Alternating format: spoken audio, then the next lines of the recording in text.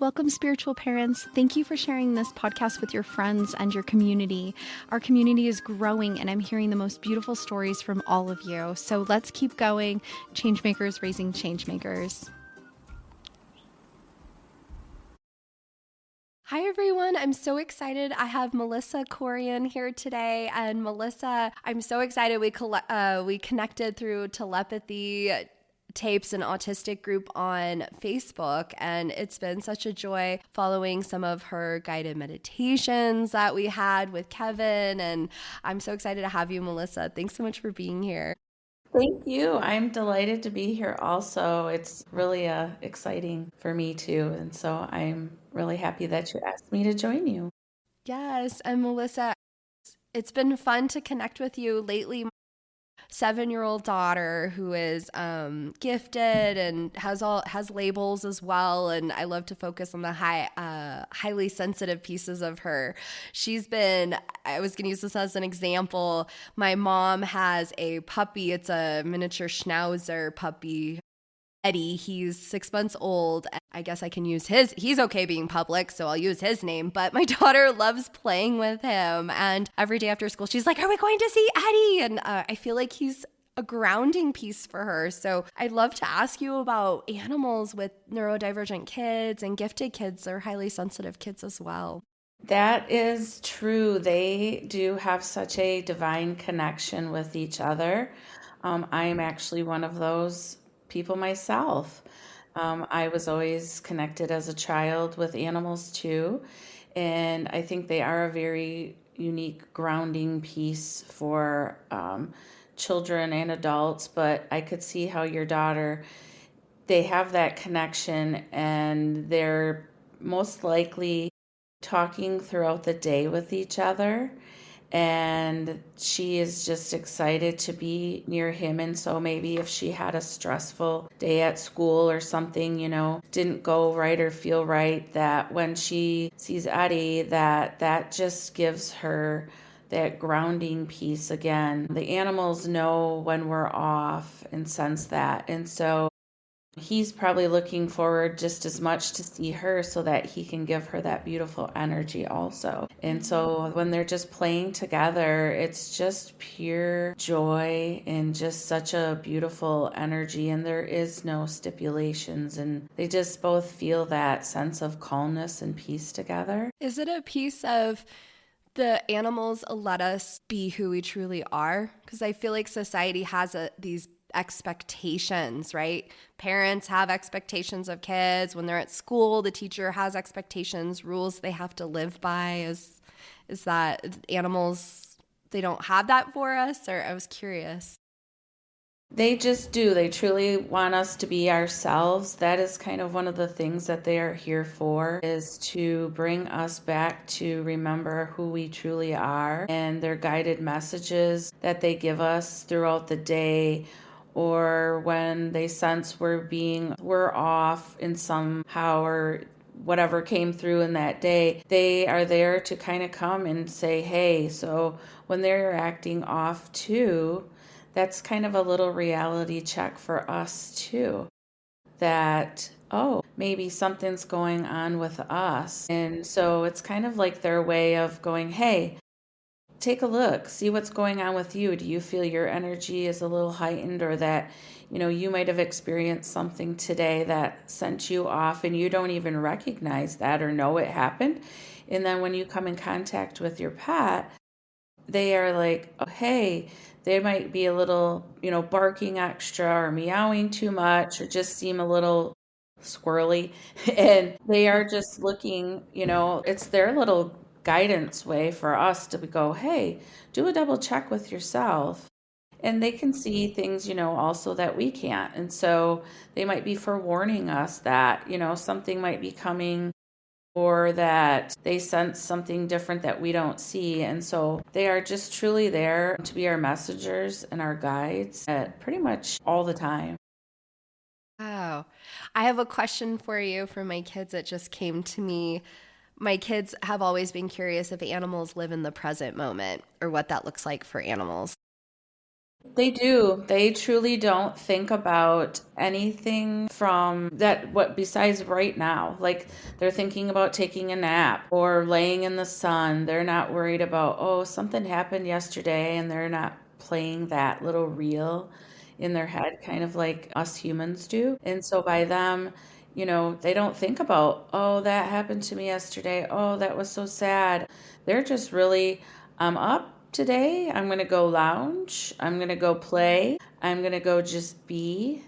And that is another thing that they're here for us for. So, like, they want us to just be present and not be all anxious and crazy and wondering what's going on, and just to be with ourselves. And by them showing us that, the calmer we are, the calmer they are also. And so that is true. They really live in the present moment. For they have a connection, a bond with each one of us. And so when I do my animal communication sessions, we ask who is in the home with the animals, and then I ask them specifically for each person that's in the house with them, what is their soul contract with that human.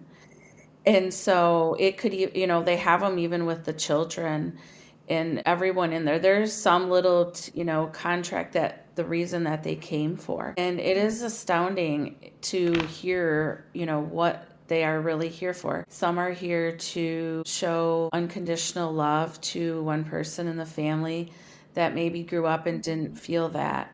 Or some are here to bring you into your gifts that have, we may have had them, myself included, as a child. Like I communicated with animals. And then just as I, grew older, it kind of dimmed my light.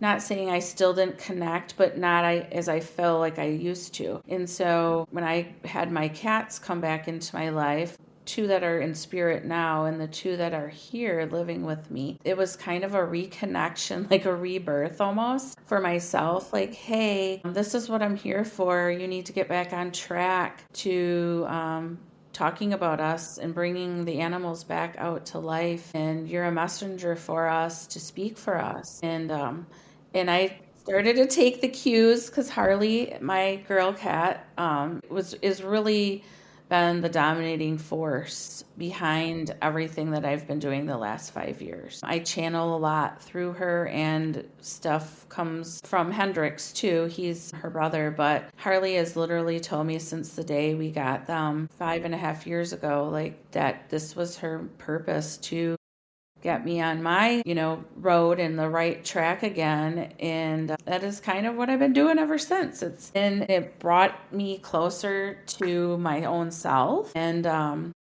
it's actually brought me into the community that I met you with, and meeting neurodivergent children also, and seeing that more in my own self.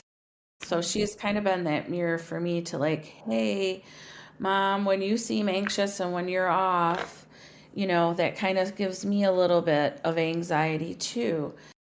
And us as parents, I know could see my nervous system was ramped up when I was, my children are grown now, but when they were younger.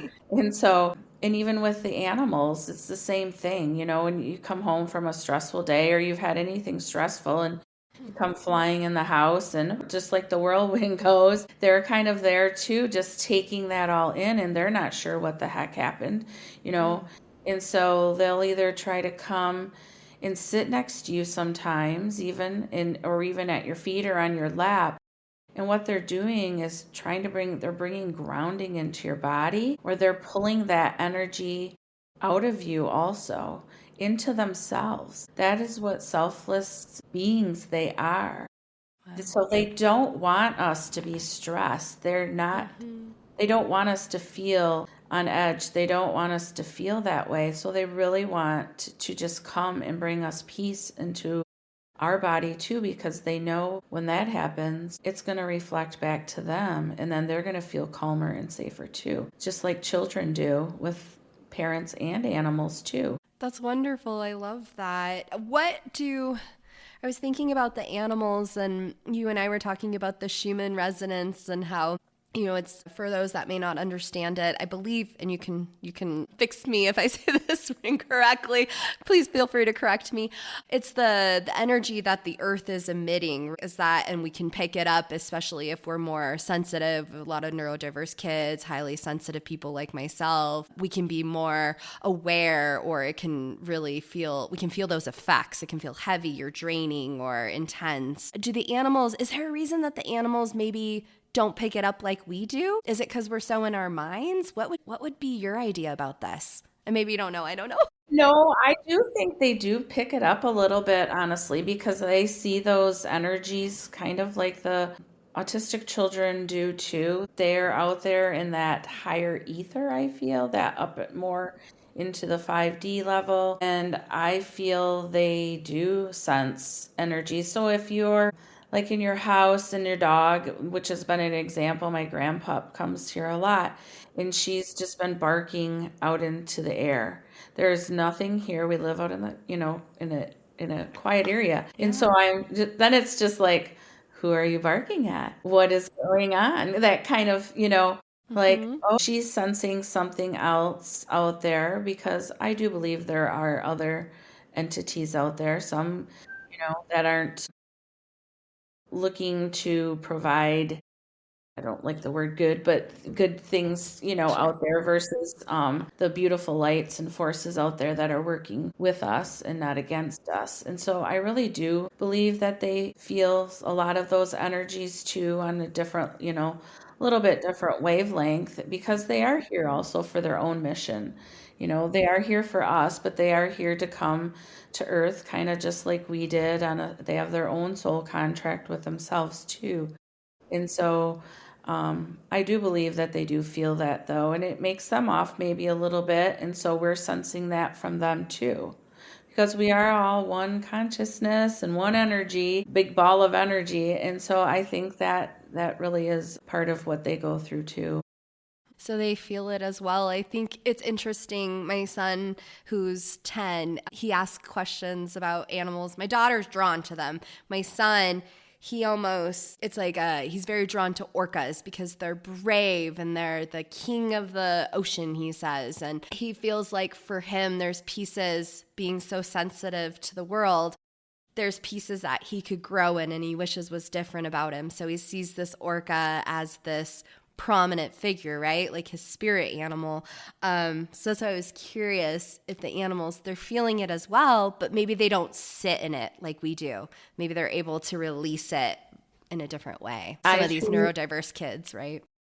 I believe that too. I really think like they just feel it and they, say, okay, I either am not going to deal with this or I don't need it right now, and release it by either getting up. When you see your animal get up and shake, like a dog shakes it, that's Yes. like releasing their energy out of them. And I believe that with my cat. Like I think that's why she wants to be outside in the grass, because she is such a highly intuitive animal, that she is also neurodivergent too.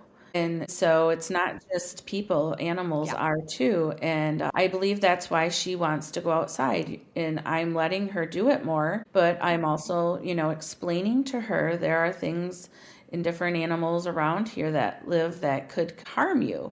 And so I don't want harm to come to you, but I also want you to go run and get that grounding, because I see how it helps her release that energy too, just like it would for our kids. And so, if they're having a bad day or feeling distressed or overwhelmed, and I know a lot of them don't like to touch grass because of the textures and the Yep. feelings on the feet. And so, even if we could have a plant inside, to me, that's still nature, Mm-hmm. and they are feeling that. And just watch how you would talk to a plant and nurture it. And I'm telling you, it will grow.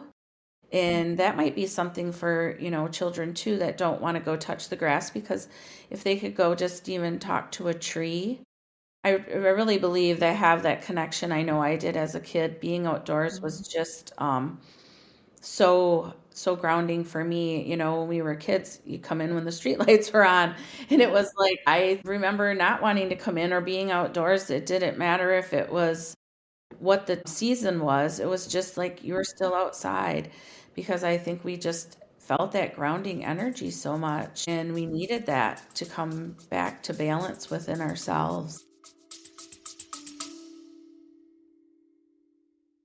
Ever feel like you're doing all the things, gentle parenting, routines, therapy, but something's still missing?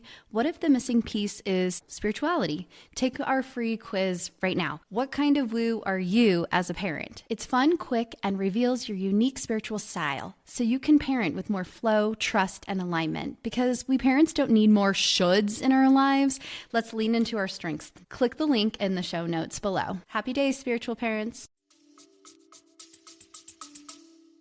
Yeah, that's part of what's tricky. And sometimes I think for some of the neurodiverse kiddos, it can be tricky to get them outside because they can control their environment when they're inside. My son, when he was younger, there was a plant that wasn't doing as well. And I was like, buddy, would you spray down this plant? I need to spray it with this soapy water and we got to clean the leaves and let's talk to it. And he's like, I'm going to give it some Reiki, Mom. I'm going to give it some love. And so he was out there talking to it and giving it his version of Reiki, and it was so nuts. We brought that plant in, and 2 weeks later it blossomed, and it was not a blossoming type of plant that normally you see blossom. It was some type of like succulent type of, it was interesting, but it had this giant ornate flower, and it was beautiful. We were like, wow, buddy, look what you did.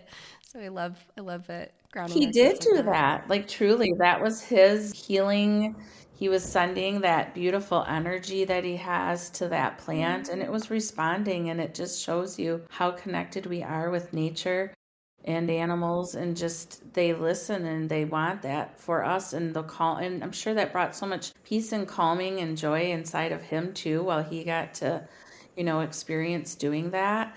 And I was gonna say too about the orca, yeah, like that is something too that shows what a beautiful, creature to look up to and admire and see, how close he probably is. He probably talks with them all the time. And, when maybe he's not feeling so, something came up and that could be his quiet space and he can go talk to them and they're telling, giving him some advice. And it's just amazing what they really do. Like it goes beyond my comprehension at times of how deep the connection really is, how the animals connect to other animals. I've witnessed that also in my animal communication sessions. I'll be talking with an animal and they have said they've known my animals.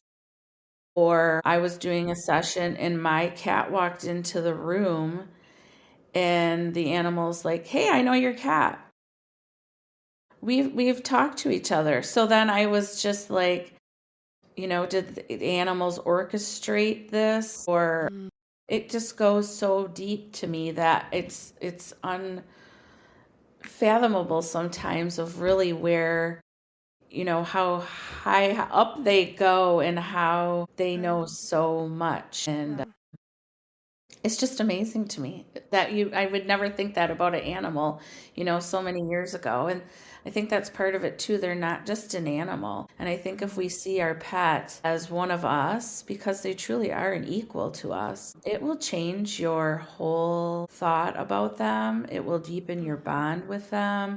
You look at them really in a different light after you see, and especially doing, animal session with them. And when the human reads what the animal really has to say to them, it really blows their mind that, wow, they really do know way more than they think that they think we know. It has just been such a beautiful thing to unfold for people. And then especially, if an animal is in spirit, when I do a session for them, and they feel a lot of times an animal may have died tragically, or they felt so bad because they had to put an animal down. And when you connect with the animal, I haven't had one yet that has said anything mean or had anything bad to say about the parent. It's like, thank you for being with me. Thank you for your love. Thank you for your guidance. Thank you for taking care of me while I was ill. Or, if it was a tragic thing that happened, if they say they got hit by a car or were sick, in passed away, animals don't feel it like we do.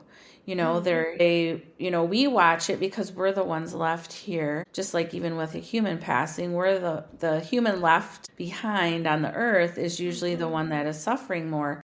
Yep. And so they've always just said, nope, we were here 1 second, we're gone, we were playing. And if they couldn't do things here on earth, when I ask them how they're doing now, and they're able to express, things like maybe they had arthritis and they couldn't get around, or things like that, and now they're telling me they're running and they're jumping. Just that validation, for the human is such a beautiful experience. And you can feel that love connection and that deepening their bond. Like it makes it so much easier, I feel, with the grief process to go through that, knowing now, like, oh, they're so much happier. Not that they don't miss you, but that they're not in that pain that they were before, or things like that. And it's just so beautiful to witness. I've left so many sessions with people having a complete different shift in energy from the start to the end, just to know how different, their animal is now versus what we saw on their earthly body. And so it's just been beautiful to witness that. That's so beautiful. I was actually just bringing tears to my eyes, too. I had a golden retriever that my mom had to give away when I was at college. And so I didn't get to say goodbye to her, but Bailey, I miss my Bailey. And so it's just so lovely to hear that even though they're not right with you, we're still connected and they can still feel the love you had for them, or you can still say goodbye to them in your own way, too. Yeah. And they usually never really leave us. They, they're here not in the physical form, but they are still playing a role in spirit, guiding us and directing us. So I'm sure Bailey has been with you throughout this whole time and been giving you messages or signs that, you're on the right track or whatever, you may have been going through. But I can really sense Bailey is there with you. Yeah. That's really special. Just in the right timing, just when I needed it right today. So that was good timing. Thank you so much, Melissa. Yeah. I've had such a lovely chat with you, and I think I'm going to encourage my 10-year-old to pull out some Orca Lego figurines again, because he's kind of moved into Star Wars, but we might have to bring in a little bit of Orcas for us as well. I think it's a great one for him to connect with.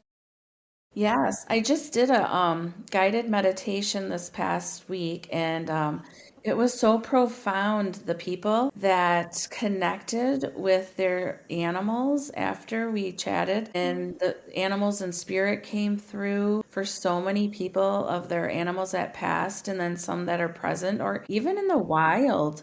So if you see, a deer may cross your path, or a bunny hops by, or a bird, don't second guess that they're not a messenger for you. They truly are. Any animal that comes by, connect with it or look it up after, because I don't know what every animal means, but go look it up and go, they came for a reason.